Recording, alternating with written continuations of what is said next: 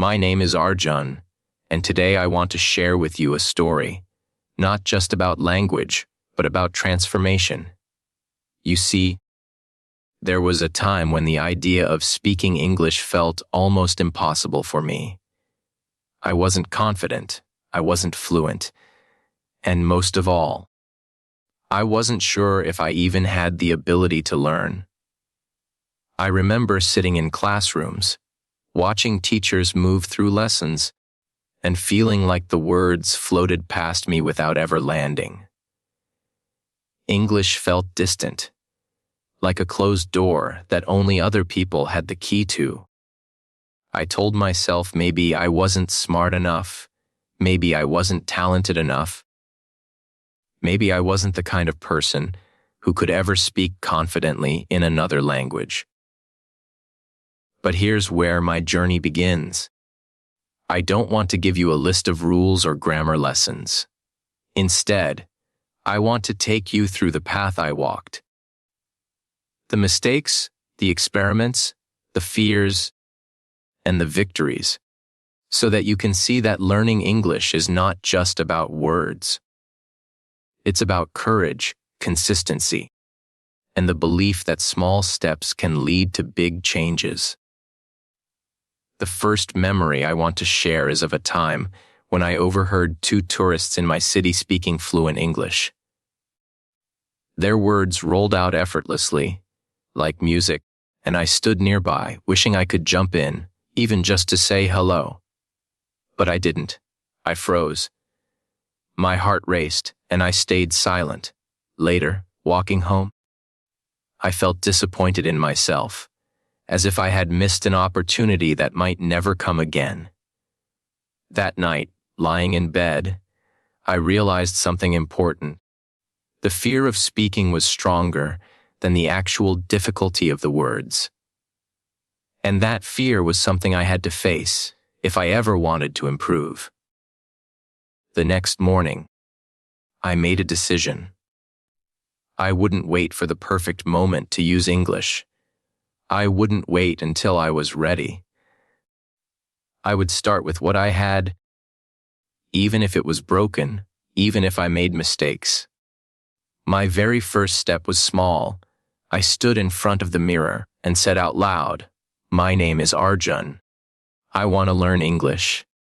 At first, my voice shook. I felt awkward, almost silly, as if someone might laugh at me. But I kept going. "My name is Arjun. I want to learn English." Again and again.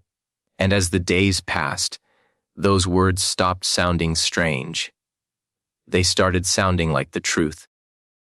Here's the thing about language learning: confidence doesn't come after fluency. Confidence comes before fluency. You have to dare to speak, even when your sentences aren't perfect. That was my first big lesson, and maybe it can be yours too. Don't wait for the day when your grammar is flawless or your accent is perfect. That day never comes. Start speaking now, with whatever words you have. As I practiced in front of the mirror, I also discovered the power of music. English songs became my teachers. I chose songs with clear lyrics, slow enough for me to follow, and I would play them on repeat. I remember one song that repeated the phrase, "Keep moving on." At first, it was just a sound to me, but little by little, the meaning sank in. I began to sing along, quietly at first, then louder. I didn't understand every line, but I felt the rhythm, the energy, the emotion. And strangely, it didn't feel like studying. It felt like living. Music gave me words, and it gave me courage. Of course, there were challenges. Many times I mispronounced words. Many times I forgot the meaning just after learning it. Once, I proudly said, "I am boring," when I meant, "I am bored." The people around me laughed, and my face turned red. For a moment, I wanted to stop speaking altogether. But then I thought mistakes are not proof of failure. Mistakes are proof of effort. Every wrong word I spoke was one step closer to the right word. And so, instead of hiding, I kept going. That small decision, to keep moving forward despite embarrassment, changed everything. Another important step came from reading. Not long after I began my mirror practice and my music sessions, I picked up a graded reader. If you don't know, graded readers are books written for learners at different levels, with simplified vocabulary and grammar. At first, even these easy stories felt heavy. I had to pause after every line, looking up words, writing them down. But slowly, the stories came alive. I read about characters traveling, dreaming, struggling, and succeeding. And without realizing it, I wasn't just learning words. I was learning how English could carry emotion, action, and meaning. I wasn't memorizing grammar rules. I was living through stories. That gave me a deeper connection to the language. One of the first graded readers I finished had a character who said, "Every day is a new chance." That sentence stuck with me. I copied it into my notebook, and the next day, I tried to use it in my own life. When I woke up and felt lazy, I told myself, "Every day is a new chance." When I made mistakes, I reminded myself, "Every day is a new chance." English was no longer just something to study. It was becoming part of my way of thinking. And that shift made me excited to practice, even on the hard days. Still, I knew I couldn't stay in my room forever, practicing alone. I needed to face the world. So one afternoon, with my heart pounding, I walked into a small cafe. The cashier smiled and asked me something in English. I froze for half a second, then forced myself to answer. "One coffee, please." My voice cracked, but I did it. The cashier nodded, took my order, and that was it. A simple transaction, a simple sentence. But for me, it felt like climbing a mountain. I walked out of that cafe with my coffee in hand and a strange sense of victory. That single moment showed me that English wasn't impossible. It was within reach, as long as I dared to try. From there, my journey became a series of small experiments. I would ask strangers for directions in English, even if I already knew the way. I would comment in English on social media posts. I would record myself reading passages from books and then play them back, cringing at my mistakes, but trying again.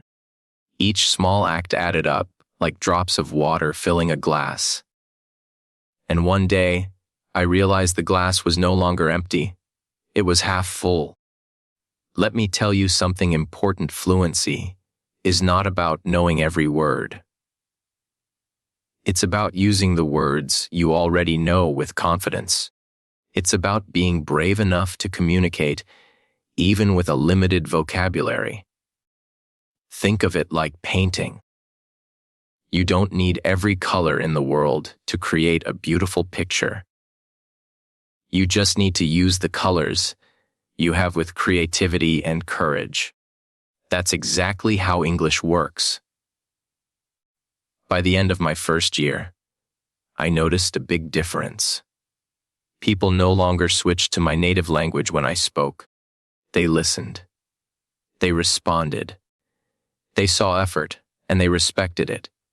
And that gave me even more motivation to keep going. I began to believe that English was not just something I was learning. It was something I was becoming. It was opening doors, connecting me with people, and giving me confidence I had never known before. So, as this first part of my journey comes to a close, I want to share with you the same thought that changed my path. You don't have to be perfect to start speaking English. You only have to be brave. Take small steps. Sing along to a song. Read a simple story. Order a coffee. Talk to yourself in the mirror. Each of these steps may feel small, but together, they build something powerful. Together, they create transformation. And here's the truth I wish someone had told me at the beginning. Learning English is not just about speaking another language. It's about discovering a new version of yourself. A more confident, open, and connected version. A version that is ready to step into the world with courage. That version is already inside you. All you need is the courage to begin. When I reached the stage where English no longer felt like an enemy, but more like a curious friend, I realized something deeper. This language wasn't just about grammar exercises, vocabulary lists, or pronunciation drills. It was about connection. Each word I learned was like a bridge that could connect me to someone new. Someone from a different culture, a different world. And the more bridges I built, the bigger my world became. But here's the truth: building bridges is not easy. Some days I felt strong, motivated, ready to practice. Other days, I felt tired, lazy, or even hopeless. On those days, I questioned myself. What if I never get fluent? What if my accent is always strange? What if people laugh? Those doubts were heavy. But here's where contrast comes in. Because every time I doubted myself, I also found a reason to keep going. One of the strongest reasons was simple opportunity. English is more than a language, it's a key. I saw people around me who could get better jobs, make international friends, and access knowledge simply because they spoke English. And I thought, if I give up now, I'm not just losing a language. I'm losing opportunities. I'm losing doors that could open my future. That thought pushed me forward, even on the hardest days. Another reason was confidence. Before English, I was shy. I avoided conversations.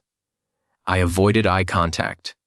But with each English word I learned, I felt a spark of confidence growing inside me. Even if my grammar was wrong, even if my accent wasn't perfect, the act of trying gave me power. That confidence didn't stay only in English. It spread into every part of my life. I walked taller. I spoke louder. I trusted myself more. That transformation was priceless. Still, the road was long.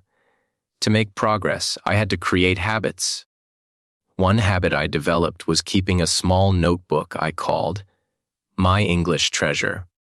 Inside, I wrote down every new word I discovered. Not just the meaning, but also one or two sentences using the word. For example, when I learned the word courage, I wrote, "Courage is speaking even when you are afraid. Courage is taking small steps every day." Writing sentences helped me own the word. It was no longer just a dictionary definition. It became a part of my story. I also made a promise to myself: every day I would use at least one new word in conversation. Sometimes it was awkward. Sometimes I forced a word into a sentence that didn't really need it. But it worked. Words that once felt foreign started to feel natural, like tools in my pocket, ready to use.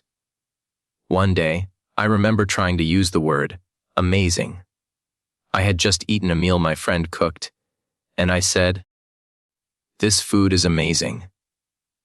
My friend laughed and said, "Thank you." It was such a small thing, but in that moment, I realized that words have power. They don't just sit in books. They create feelings, connections, and memories. Alongside vocabulary, I worked on listening. Every night, I would listen to podcasts or watch short videos in English. At first, it was frustrating. The speakers sounded too fast, the words blurred together, and I caught only fragments. But I didn't give up. I listened not only for words, but also for rhythm, tone, and emotion. Slowly, like tuning an instrument, my ears adjusted. Words that once sounded like noise began to separate, to make sense. I realized that listening is not just about hearing. It's about training your brain to recognize patterns. Sometimes I even played a little game with myself. I would listen to 1 minute of a video, pause it, and try to repeat exactly what I heard, word for word, even if I didn't understand everything.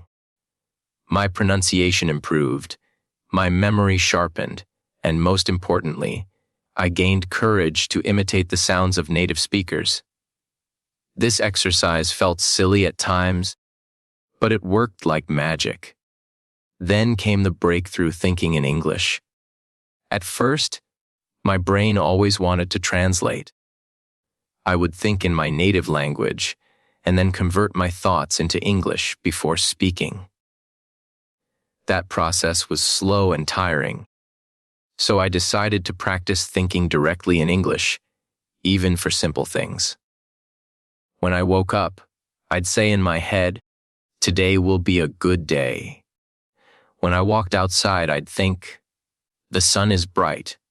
These simple thoughts rewired my brain.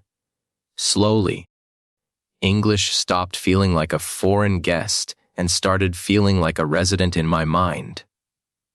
Of course, no journey is complete without failures. There were times when I tried to speak and completely froze. Times when I joined online language exchanges but couldn't understand the other person. Times when I wanted to quit. But here's what I discovered: failure is not the opposite of success. Failure is part of success. Every mistake, every awkward silence, every misunderstood sentence was a step forward. Without those failures, I could not have grown. One of my biggest challenges was pronunciation. Words like comfortable, environment, and thorough felt impossible. I would repeat them again and again, record myself, listen, cringe, and repeat. At times, I thought my mouth simply wasn't built for English sounds. But then I realized something: pronunciation is like music. You don't get the rhythm right the first time you play an instrument. You practice, you repeat, you adjust.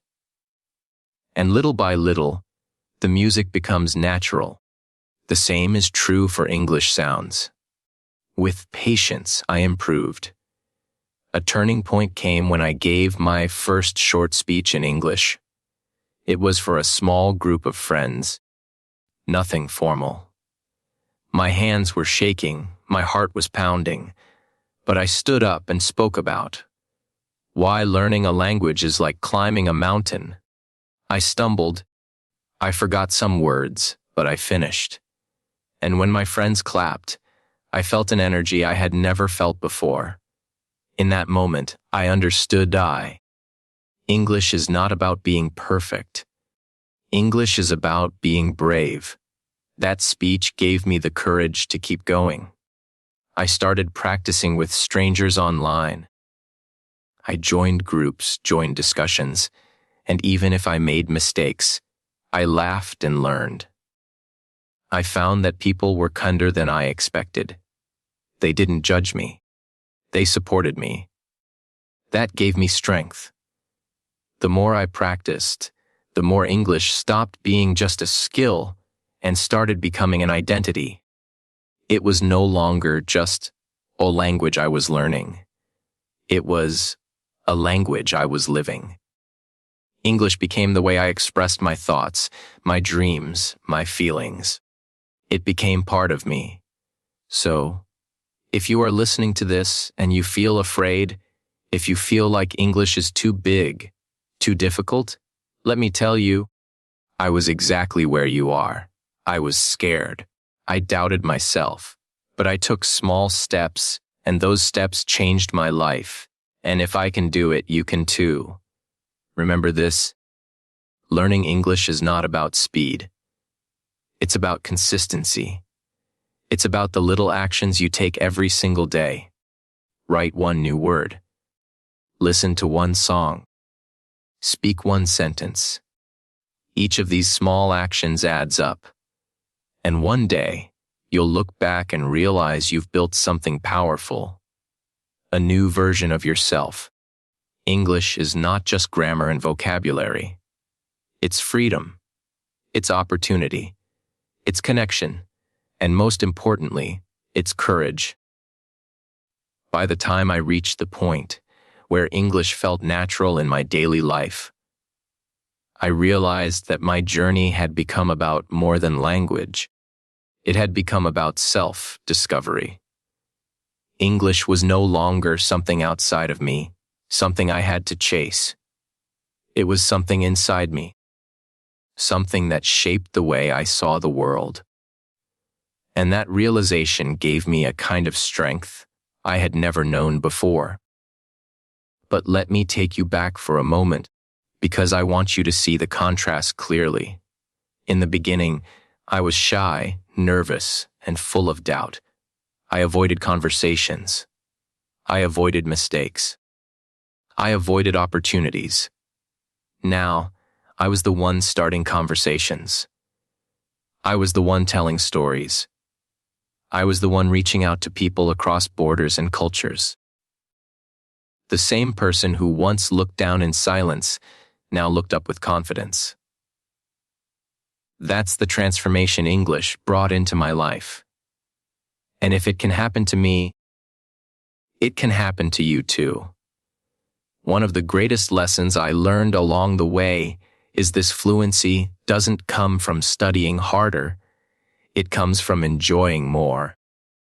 When I stopped treating English like a subject in school and started treating it like a friend, everything changed. Think about it.